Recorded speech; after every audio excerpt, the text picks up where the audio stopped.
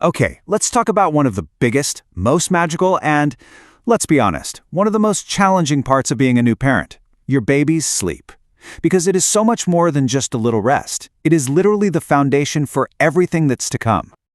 I just love this. It really gets to the heart of it, right? When your little one finally drifts off, it's not just quiet time for you. It's go time for their brain and body. Something pretty amazing is happening in that crib. You can think of it like this. Every single nap is like a visit to a supercharging station. This is where their brain is firing on all cylinders, building connections, and their body is growing like crazy. So how does this whole thing work over their first year?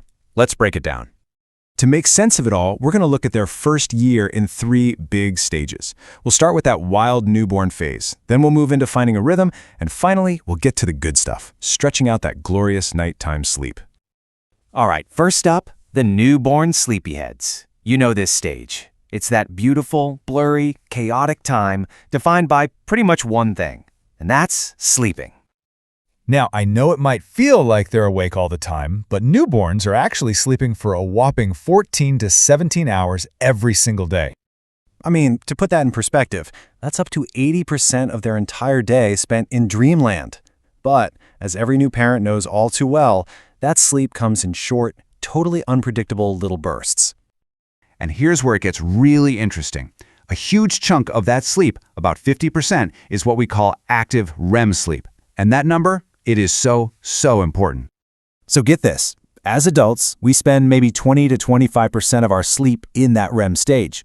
But newborns, they spend half their time there. So why the massive difference? Well, it's because their brain is working overtime, kind of like a supercomputer, forming all these critical connections for everything from learning to talk to just recognizing your face. It's wild. So, why is their schedule all over the place? It really all comes down to their circadian rhythm, that internal body clock. For a newborn, it just hasn't kicked in yet. They literally don't know the difference between noon and midnight. And this is so crucial to remember. All that frequent waking isn't a bug in the system. It's a feature. Seriously, it's a built-in survival tool that makes sure they wake up often enough to get all the food they need to grow. For parents, though, this phase is exhausting. So here is your survival guide. Try splitting the night into shifts with a partner. Nap when the baby naps. Seriously. Keep nighttime interactions super low-key, ask for help, and please remember you can't pour from an empty cup.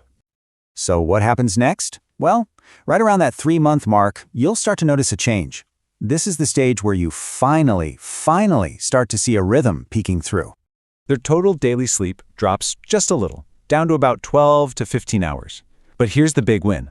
More and more of that sleep starts happening in longer, more consolidated chunks at night. Hallelujah. But of course, this brings a whole new challenge. Your baby might be ready for bed at 7 p.m., which is great, but they might also be bright-eyed and ready to party at 4 a.m., which can put a real squeeze on your own sleep. So to help with this, you want to focus on 3 things. 1, a consistent nap schedule. Just try to avoid those super late afternoon naps. 2, get them tons of natural light during the day to help set that body clock. And 3, start a simple, calming bedtime routine. It really does work wonders. And now for the moment we've all been waiting for, stretching out that nighttime sleep. After 6 months, a whole new chapter in their sleep journey begins. Okay, so a really key shift is happening in their brain now. That active REM sleep drops to about 30%, and you see way more of that deep, restorative, and REM sleep. You can think of it like this. REM is the brain's software update, while NREM is the hardware maintenance. This shift is a huge sign that their brain is really maturing.